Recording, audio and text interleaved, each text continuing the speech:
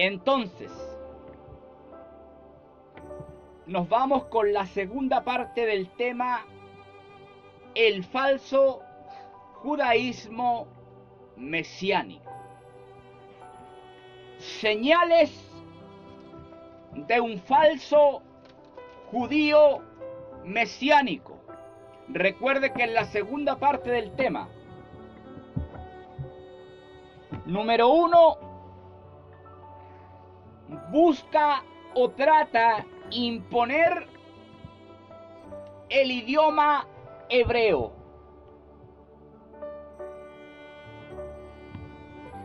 Busca o trata de imponer el idioma hebreo.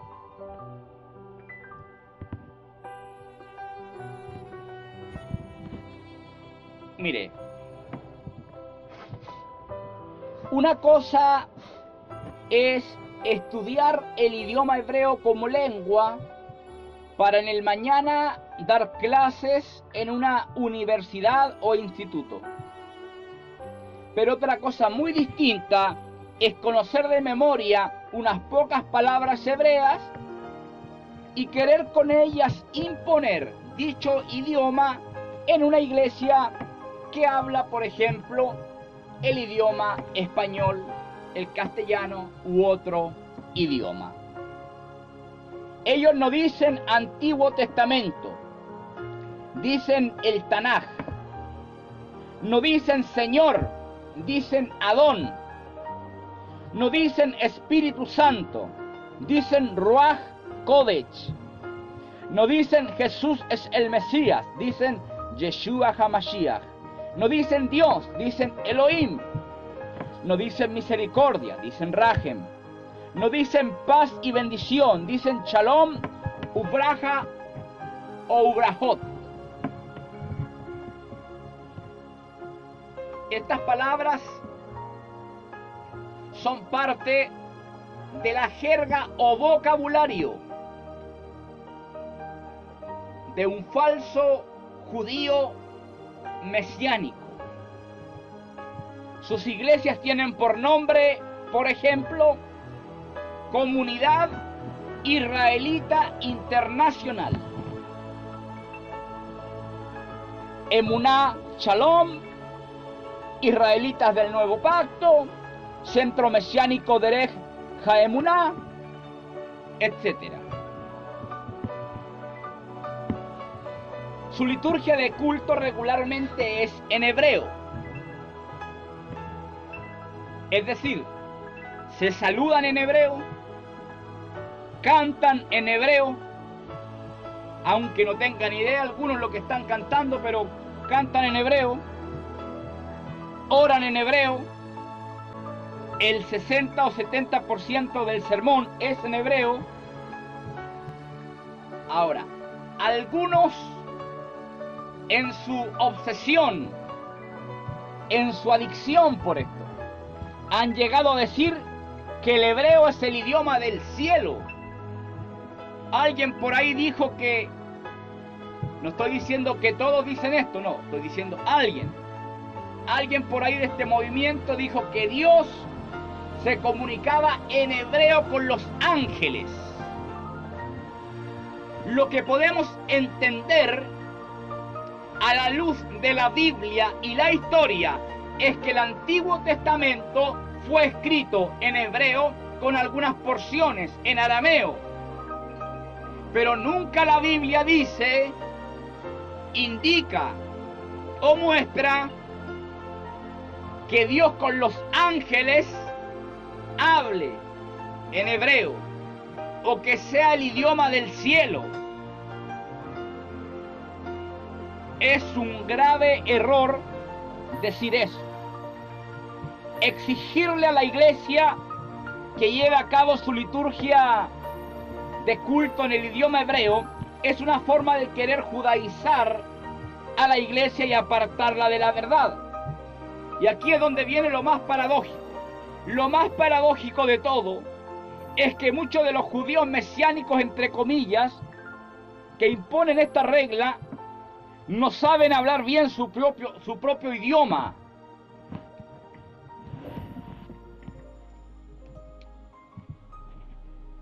Regularmente estas congregaciones son dirigidas por rabinos.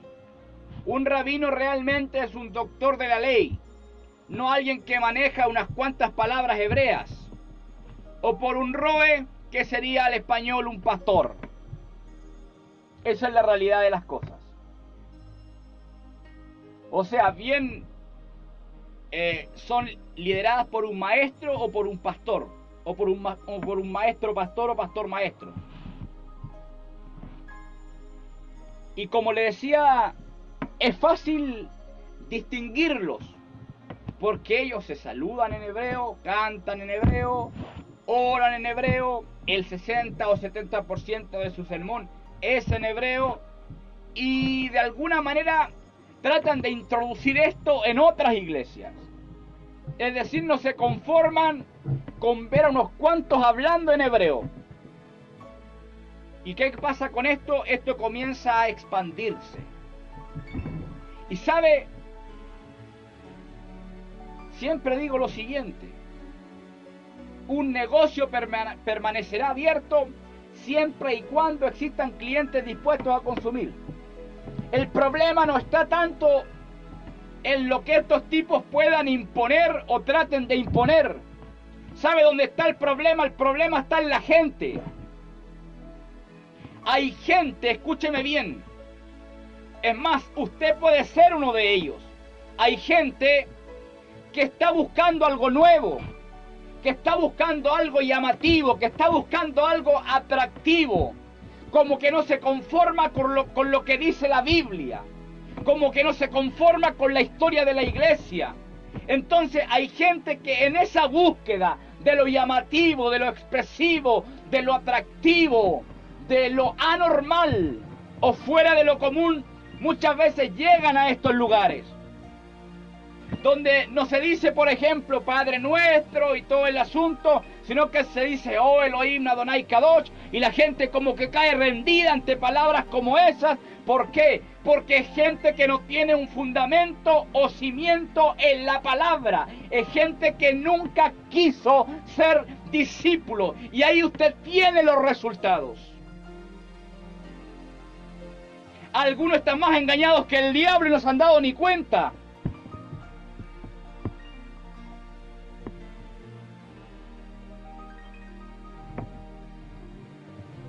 Jesús o Yeshua. Una de las señales de un falso judío mesiánico es que busca o trata de imponer el idioma hebreo.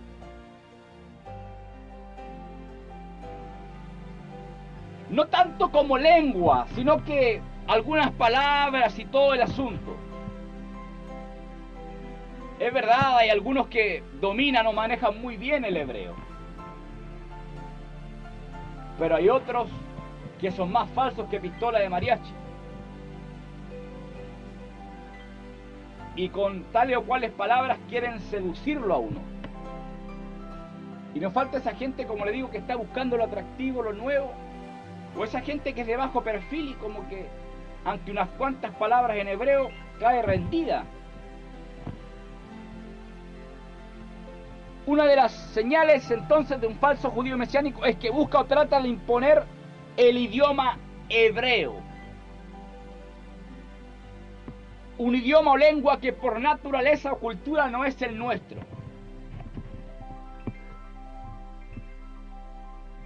Jesús o Yeshua inicia su enseñanza regularmente con el nombre del Mesías en el idioma hebreo.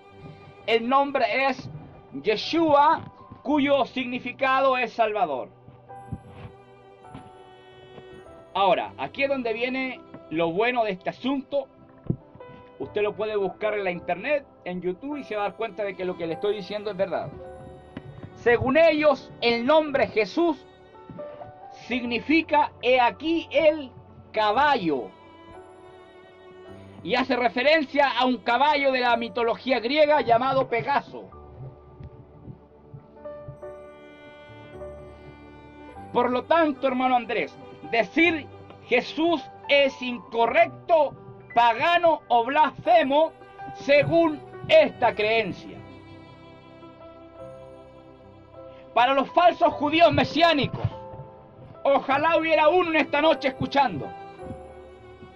Decir Jesús significa he aquí el caballo.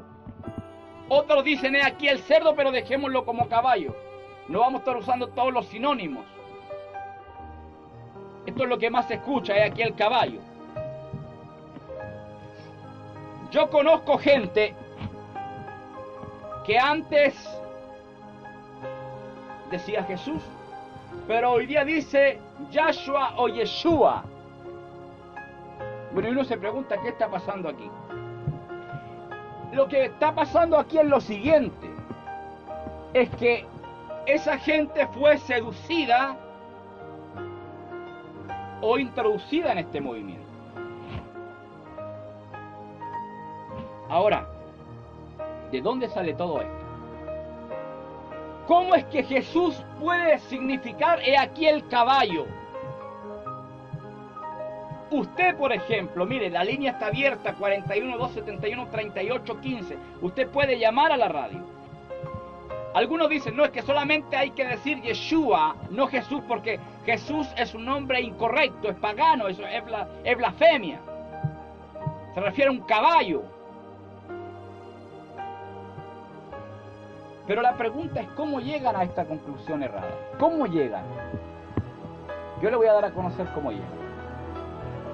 Es más, quizás usted, que dice Yeshua y no Jesús, no tiene la menor idea de cómo esta gente llegó a esa conclusión. Cómo ellos llegaron a la conclusión de decir esto, Jesús significa aquí el caballo o el cerdo. Pero bueno, uno dice, pero ¿cómo llegaron a esa conclusión? Vamos a analizar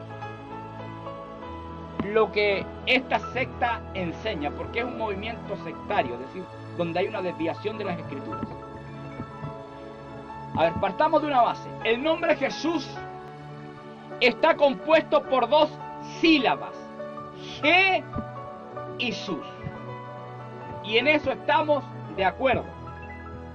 Ahora, esta secta acudió a la fonética o sonido del nombre Jesús, pero por separado en el idioma hebreo.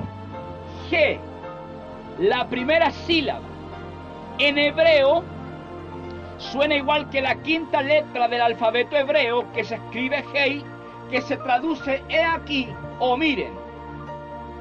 Ahora Sus, la segunda sílaba del nombre Jesús, llevándola del español al hebreo, se traduce caballo. Entonces, ¿qué es lo que pasa?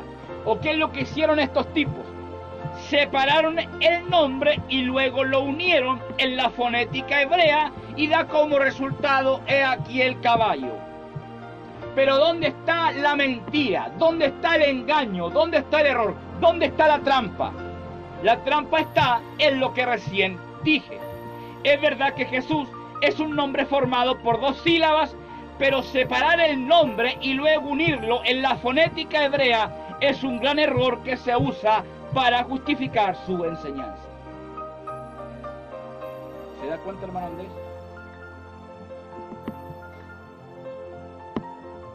O sea, ¿en qué se basan? En la fonética hebrea. O sea, es un error realmente esto. Voy a dar a conocer 4 argumentos en contra de esta creencia. Argumentos en contra de esta creencia. Número 1, y esto lo dice la historia, regularmente la mayoría de las Biblias de estudio, los apóstoles escribieron el Nuevo Testamento por inspiración del Espíritu Santo. Ahora, ellos lo escribieron en griego. ¿En qué griego, hermano? En el griego koiné. Para los que conocemos historia bíblica, entendemos algo. El griego koiné era el griego común, popular o más hablado de ese entonces. El griego era un idioma bastante extendido en la Palestina. ¿Y qué pasa con el hebreo? Era el idioma de los rabinos. Ahora, si fuera cierto que solo debemos usar el nombre de Yeshua y que cualquier otro nombre es una herejía, entonces leeríamos en el original del Nuevo Testamento Yeshua y no Yeshua, que es el nombre que aparece en griego. ¿Por qué en griego no aparece Yeshua si solamente debemos decir Yeshua? Alguien por ahí justifica esto diciendo, no, hermano, lo que pasa es que el Nuevo Testamento fue escrito en hebreo. Mentira, el Nuevo Testamento no fue escrito en hebreo. La Biblia no lo dice así. Los padres de la iglesia primitiva tampoco lo dijeron así. Los historiadores no lo dicen así. Esta cuestión, ¿sabe dónde nació? Nació en el falso judaísmo mesiánico. El Nuevo Testamento no fue escrito en hebreo. Llámese el paleo hebreo, el hebreo antiguo o el nuevo hebreo. No, no fue escrito en hebreo. Fue escrito en el griego koiné.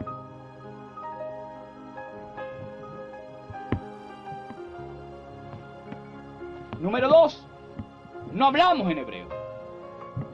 No podemos ser forzados a hablar en un idioma que por naturaleza no es el nuestro. Al español el nombre del Mesías sería Jesús, como está establecido en todo el Nuevo Testamento, escrito en castellano o español. ¿Y sabe cuántas veces aparece? Más de 900 veces en el Nuevo Testamento. Número 3, el significado es el mismo. Sea en hebreo Yeshua, en griego Jesús, en latín Jesús, en inglés Jesus, o en español Jesús, Pastor JR, significa lo mismo, Salvador. Mire lo que dice la palabra en Mateo 1:21. Y dará a luz un hijo, y llamarás su nombre Jesús, porque él salvará a su pueblo de sus pecados. Y número 4, la pronunciación del nombre cambia, pero no la persona. Y mire, quiero remontarme a la gramática un poco. Por regla, los nombres personales, apellidos, nombres de empresas, países, etcétera, no deben traducirse. Ahora, por costumbre y adaptación, con algunos se ha hecho una excepción, por ejemplo, con los nombres de las personas que aparecen en la Biblia. Lo importante es que no cambie el significado.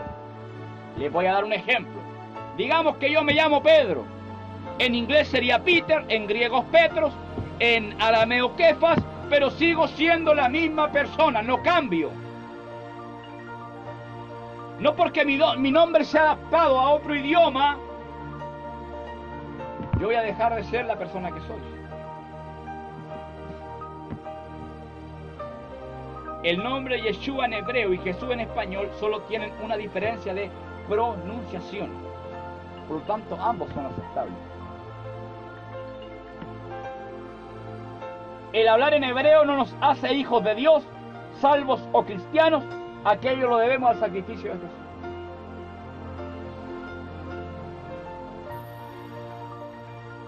Hay algunos que porque conocen unas cuantas palabras hebreas se sienten más grandes que ustedes. Pero yo los quiero desafiar, mire. Le voy a dar a conocer algo. Escúcheme bien. Si usted conoce por ahí, no estoy diciendo que todos son ignorantes o desconocen el asunto, pero si usted conoce por ahí a alguien que vive hablando en hebreo y todo el asunto, dígale, bueno, tradúceme lo que está diciendo porque yo no te entiendo. Y cuando uno muchas veces le dice a una persona, bueno, tradúceme esto, es ahí donde la gente queda plop, no sabe qué decir.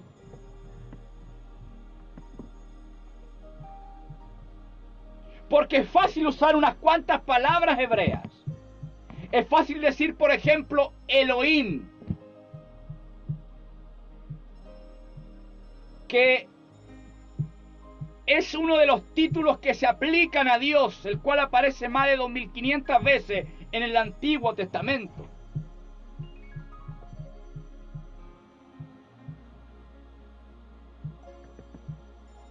Pero ahora yo tengo que entender bien eso. Es fácil a lo mejor citar Deuteronomio capítulo 6 versículo 4. Shema Israel Adonai Eloheinu Adonai Echad. ¿Y qué es eso? Oye Israel, Adonai nuestro Dios, Adonai uno es. Yo le quiero hacer una pregunta. ¿Qué Biblia está leyendo usted? Mire, vamos a avanzar. Número 2. Imitar el aspecto físico de un judío. También es una señal de un falso judío mesiánico. Ahora, ¿dónde nace el imitar a un judío en su aspecto o apariencia? ¿Dónde nace esto? Este movimiento, para que sepa usted, fue fundado en el año 1985 por una alianza de denominaciones, las cuales buscaban evangelizar a los judíos en Israel. Su método consistía en entrenar gente que tuviera rasgos físicos similares o iguales a los judíos, con el fin de predicarles a Cristo en hebreo. Sin embargo, todas sus misiones fueron fallidas debido a su falta de conocimiento profundo sobre el Antiguo Testamento y la cultura judía. Sin embargo, a estos misioneros les quedó gustando vestirse, hablar y parecerse a los judíos. Es entonces donde decidieron formar una nueva denominación. Al principio se trató de un método o estrategia de evangelización, pero al tiempo se convirtió en algo normal y religioso para ellos, y lamentablemente hay gente que se sujeta a cualquier cosa. Estamos hablando del aspecto de un judío. Hablemos de un judío auténtico, real, original, pero estas también son señales de un falso judío mesiánico. Busca parecerse. Una de las características más comunes entre los hombres es la barba sin recortar o que crece libremente. Algunos están postulando al viejo pascuero, pero los vamos a dejar ahí. Sobre todo en aquellos que son muy religiosos o sujetos a la ley. La fuente en la que se basa el uso de la barba sin recortar se encuentra expresamente en Levítico 19:27. Voy a usar la versión Nueva Traducción Viviente. No te recortes el pelo de las sienes ni de la barba. De esta manera los judíos se diferenciarían de los hombres de la cultura cananea, quienes en la antigüedad solían cortar sus barbas de diferentes formas. Otros se rasuraban sin dejarse ningún vello en la cara como medida religiosa. ¿Cuál era la razón? Diferenciarse. No estoy diciendo que todos los falsos judíos mesiánicos usan una barba larga y todo el asunto, no. Pero la mayoría usa esto. Especialmente los que se hacen llamar rabinos, que ni siquiera han pasado por una yeshiva, que es una escuela de la Torá y el Talmud, ley escrita y oral judía, punto. Y muchos usan esta barba. Por ejemplo, los judíos cabalistas tienen esta creencia, o la cábala judía dice esto, para que vea que yo no soy judío mesiánico ni nada, pero tengo mucho conocimiento acerca del tema. La cábala judía dice que entre más larga tengo la barba, soy más sabio. Usted puede tener la barba hasta el suelo, pero puede ser el ignorante más grande. Es más, puede ser el inútil más grande de esta tierra. Como le digo, no está esto en todos, pero sí en la mayoría que se dejan unas barbas. Hay otros que ya se están dejando las famosas patillas, como dicen algunos. Es decir, no se recortan el pelo de las sienes. Y allá en Israel, Pastor JR, se ve bastante eso, donde se dejan unos chochos a la altura de la cara. Regularmente esto lo usan bastante los judíos ortodoxos. Usan un sombrero negro que se parece al sombrero del conejo de Pascua. Pero bueno, ¿qué le vamos a hacer? La kipá. ¿Qué es la kipá? La kipá también uno la ve en los falsos judíos mesiánicos. Recuerde, son más chilenos que los porotos, pero le hablan en hebreo, se visten como judíos, es decir, se transforman. La kipá. La kipá es un gorro en forma de cúpula que sirve para cubrir parte de la cabeza. A ver, vamos a ver esto desde distintos puntos de vista, hablando de las ramas judías. Para el judaísmo ortodoxo debe usarse todo el día el gorro. Aunque hay un tremendo sol, bueno, debe usarse. Para el judaísmo conservador es obligatorio al entrar y permanecer en determinados lugares de culto judío, como sinagogas, cementerios o lugares sagrados, o en situaciones de plegaria, celebración o estudio de la Torá.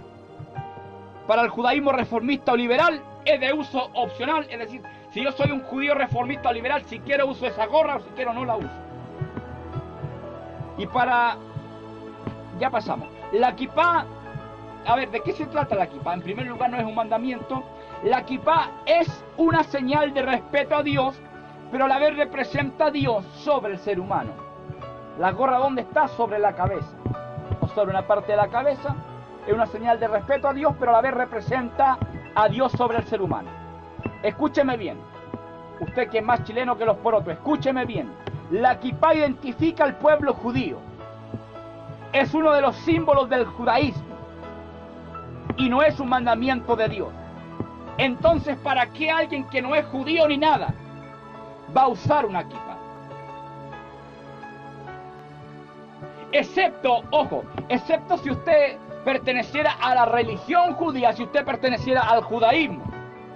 Pero cuando hablamos del judaísmo, ¿hablamos de quién, por ejemplo? De los judíos ultraortodoxos, de los ortodoxos, de los conservadores, de los reformadores, pero nunca de los mesiánicos. Allá en Israel los judíos mesiánicos no existen. Alguien un día me dijo, si existen, mentira, no existen. ¿Sabe por qué no existen? Porque Israel hasta el día de hoy, de forma general, no acepta a Jesús como el Mesías. Entonces, ¿cómo van a existir judíos mesiánicos si no aceptan a Jesús como el Mesías? Un judío mesiánico simplemente es alguien que es judío, pero ahora acepta a Jesús como su Mesías. Hay algunos que son de verdad, que realmente dejaron el judaísmo, dejaron el antiguo pacto y se entregaron al nuevo pacto, pero hay otros que son falsos.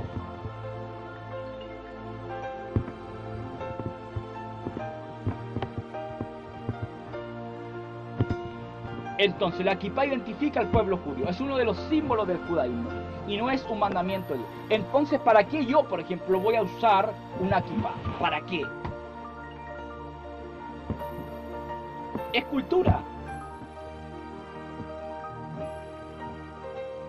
Pero ¿para qué la usan? Es simple. Es una manera de judaizarse y a la vez de querer judaizar a otro. Y nos falta ese que anda buscando algo nuevo y por ahí alguien tiempo atrás me preguntó que dónde podía comprar una kipá. Mire, es lo mismo que esta gente. Por ejemplo, tenemos lo que es el candelabro, el candelero de 7 brazos. Regularmente este candelero ellos lo tienen en sus púlpitos y no estoy en contra del candelabro, candelero, que representa a Jesús como la luz del mundo, no estoy en contra de eso. Pero podemos usar un candelabro o candelero, es más, puede ser hasta de oro. Podemos tener la casa de oración llena de banderas de Israel y todo el tema, pero podemos ser verdaderos paganos e hijos del diablo. No, dicen algunos, es que yo de esta forma muestro mi apoyo a Israel. No seas hipócrita, hombre. ¿Qué apoyo estás demostrando? Ninguno. Es más, algunos no tienen idea. En una oportunidad le pregunté a uno por ahí, oye, ¿cuándo renació Israel como nación? Bueno, no tengo ni idea, pero tenía banderas, tenía varios símbolos judíos, pero no tenía idea cuándo Israel había renacido como nación. ¿Cuándo renació? El 14 de mayo del año 1948. ¿Se da cuenta que no hay que ser judío mesiánico para conocer esto? Hay que ser estudioso. Ese es el tema. Entonces estamos tratando lo que es la apariencia. Y también aparece lo que es el talit. Mire, con punto y detalle le voy a dar a conocer lo que es el talit o manto de oración. Porque este es otra prenda más que usan. El talit, recuerde, señales de un falso judío mesiánico. El talit es una prenda rectangular, yo lo conozco en persona. El talit es una prenda rectangular de 4 puntas y con flecos en las esquinas. Los flecos se llaman en hebreo tzitzit. Le quiero dar a conocer algo que se encuentra en Números capítulo 15 del versículo 38 al 40. Habla a los hijos de Israel y diles que se hagan franjas en los bordes de su vestido. Tzitzit. Por sus generaciones. Y pongan en cada franja de los bordes un cordón de azul, y os servirá de franja para que cuando lo veáis os acordéis de todos los mandamientos de Jehová, para ponerlos por obra, y no miréis en pos de vuestro corazón y de vuestros ojos, en pos de los cuales os prostituyáis, para que os acordéis y hagáis todos mis mandamientos y seáis santos a vuestro Dios. Habla a los hijos de Israel y diles que se hagan franjas en los bordes de sus vestidos por sus generaciones, y pongan en cada franja de los bordes un cordón de azul o de color azul, y os servirá de franja para que cuando lo veáis os acordéis de todos los mandamientos de Jehová.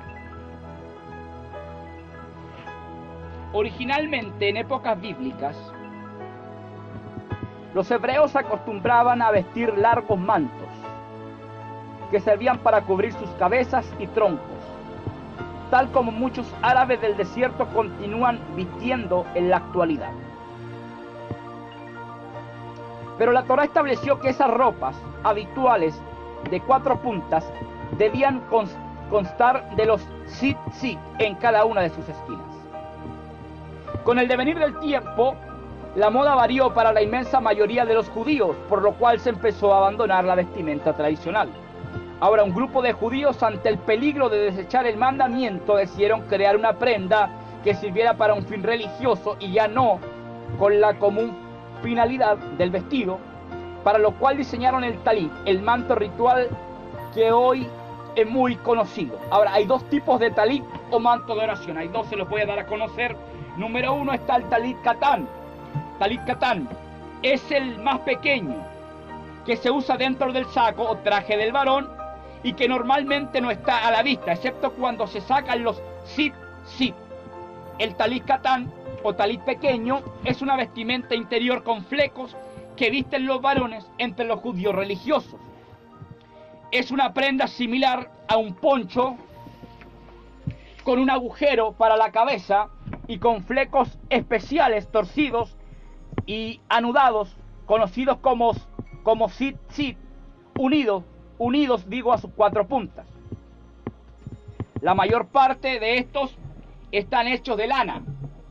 Ahora, número 2, demos a conocer algo más. La costumbre de vestir el talit katán se basa en Números, ¿cierto? Capítulo 15, del versículo 38 y 39, que exhorta a los judíos a llevar estas franjas en recuerdo de todos los mandamientos del Señor. Y por otro lado, tenemos el talit hadol.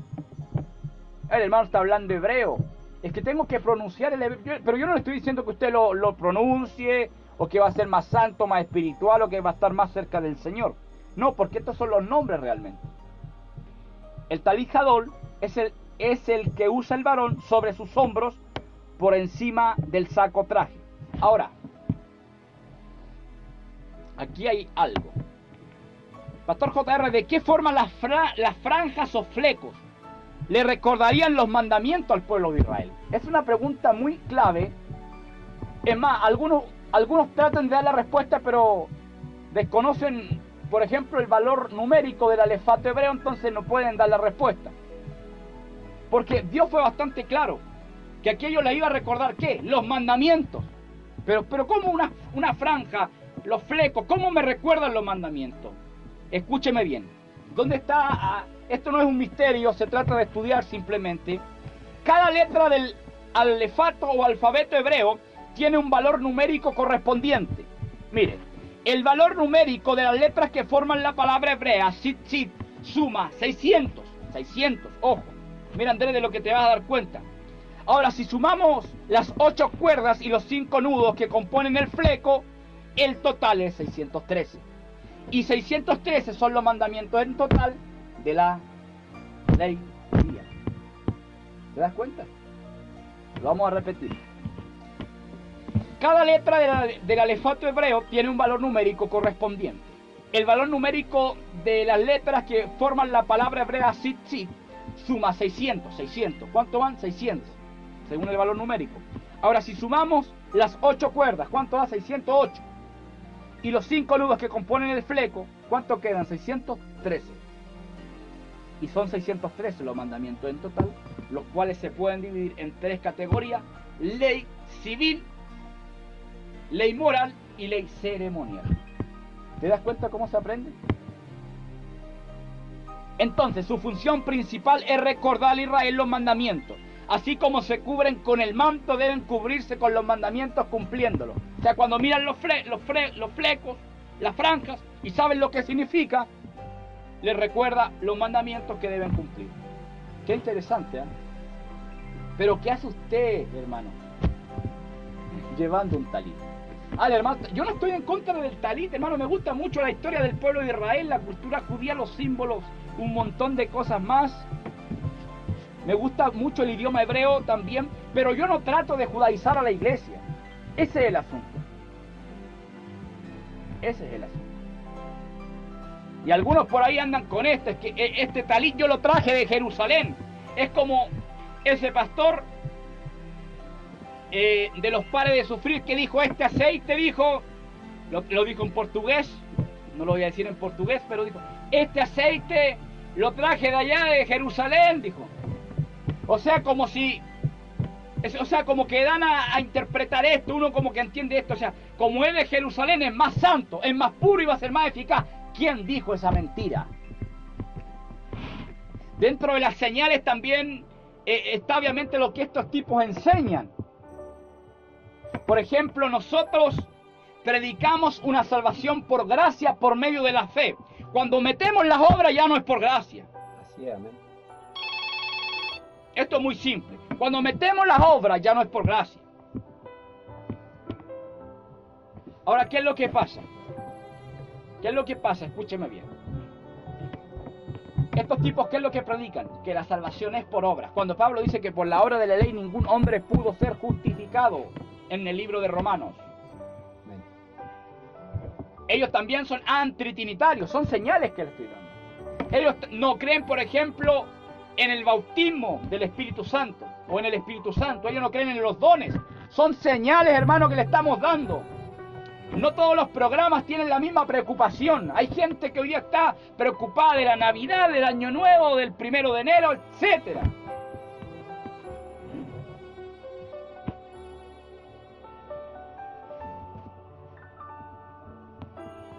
Obviamente dentro de las señales está también lo que es guardar la ley, pero ese tema lo vamos a dejar para el próximo programa. Hoy día hablamos en gran mayoría o en gran parte de lo que es el aspecto físico. Por eso de repente uno mira a uno de estos tipos y uno dice: bueno, estoy aquí con un judío de Israel. No, si el hombre es más chileno que los porotos, está disfrazado, entiéndalo, está disfrazado. Es como quien se coloca un disfraz de Spider-Man. Excepto si el hombre, yo lo respeto cuando pertenece al judaísmo. Si el hombre es judío, bueno, judío. Si es musulmán, punto, lo respeto. Pero si es una mezcla de judío con cristiano, bueno, que se defina si va a ser judío o cristiano. Pero son 613 los mandamientos de la Torá. Escúcheme bien usted, falso judío mesiánico. Si usted, escúcheme bien, si usted tiene la intención de apegarse a la ley, debe cumplir los 613 mandamientos judíos. Por ejemplo, debe comer comida kosher, es decir, comida santa, pura, no inmunda. Es decir, no debe comer cerdo. Y hay algunos que son más buenos para los asados. Pero mire, ¿qué es lo que pasa? Escúcheme bien. Hay gente que no, es que yo cumplo esto. Bueno, si usted va a cumplir eso, entonces cumpla todo y punto. Ese es el asunto. Es que piensan que porque cumplen unas cuantas cosas ya están listos. En el próximo programa vamos a estar hablando acerca si debemos guardar o no la ley, o qué tipo de ley debemos guardar, qué tipo de ley debe regirnos. ¿Qué pasa, por ejemplo, con el Shabbat, el día de reposo? ¿Qué pasa con las 7 fiestas judías? Porque esta gente también celebra las fiestas, como por ejemplo el famoso día de Yom Kippur, o día de la expiación, Levítico 16, donde el sumo sacerdote hacía expiación por su casa y todo el pueblo, pero ojo, mediante sacrificios. Pero el Cordero ya fue sacrificado. Amén. Entonces, si el Cordero ya fue sacrificado, yo no necesito celebrar Yom Kippur ni nada. ¿Eso cómo se llama? Tratar de judaizar a la iglesia. Dios le bendiga mucho, Dios le guarde, esperando que la segunda parte de este tema sea de mucha bendición para usted y familia.